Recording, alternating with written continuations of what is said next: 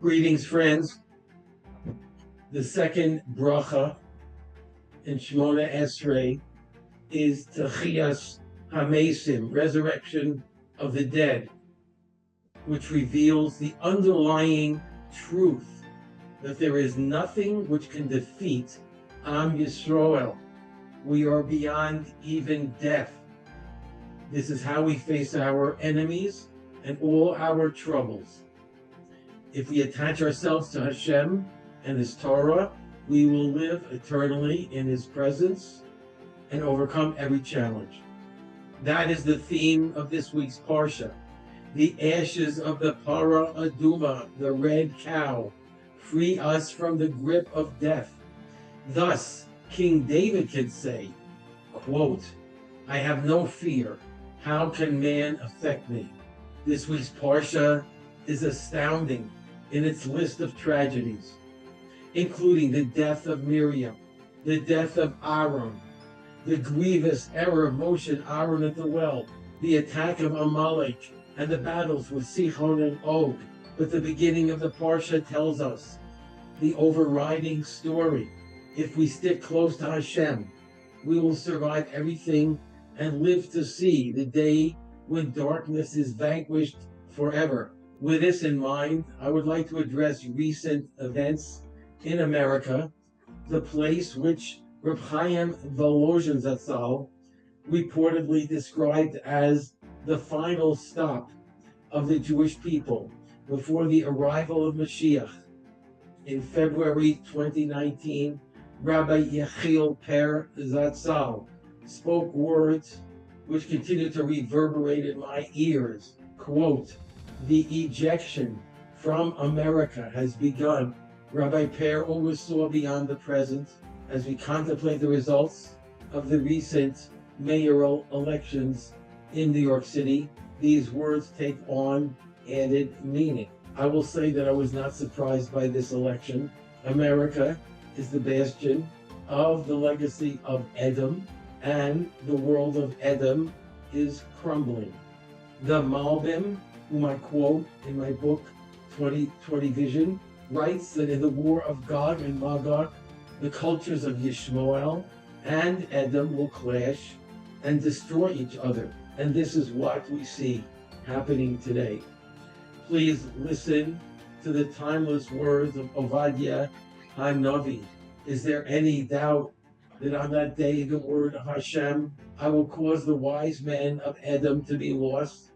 Your mighty ones will be smashed, so that every man from Edom will be cut down.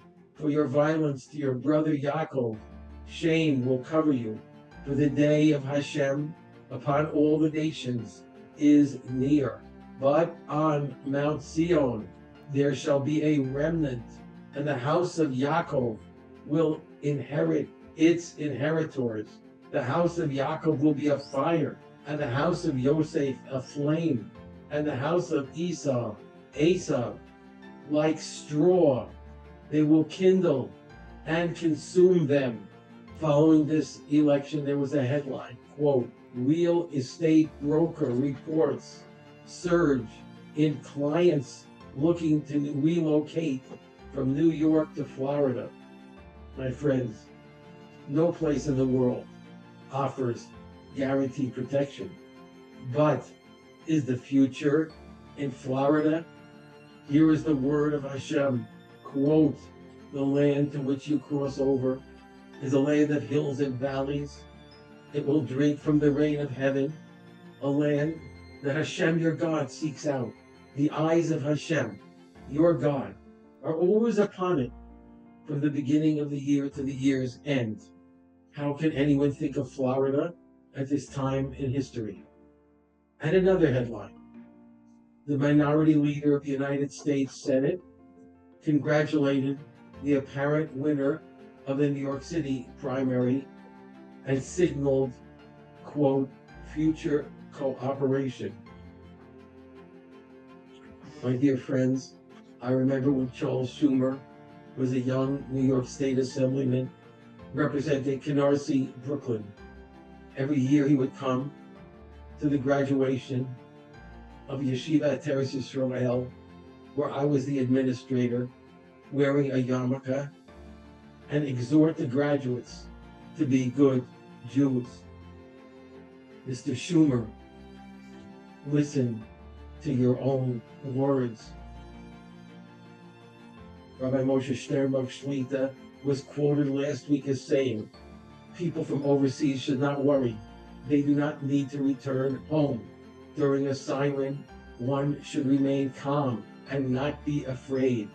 Every bullet has its address. On the other hand, one must pray that no Jew will be harmed. One should say 3 times, Ein od milvado. There is none other than He, none other than Hashem. Then contemplate these words and internalize their meaning. One should not waste time following the news. End quote. Expressions of jubilation are premature.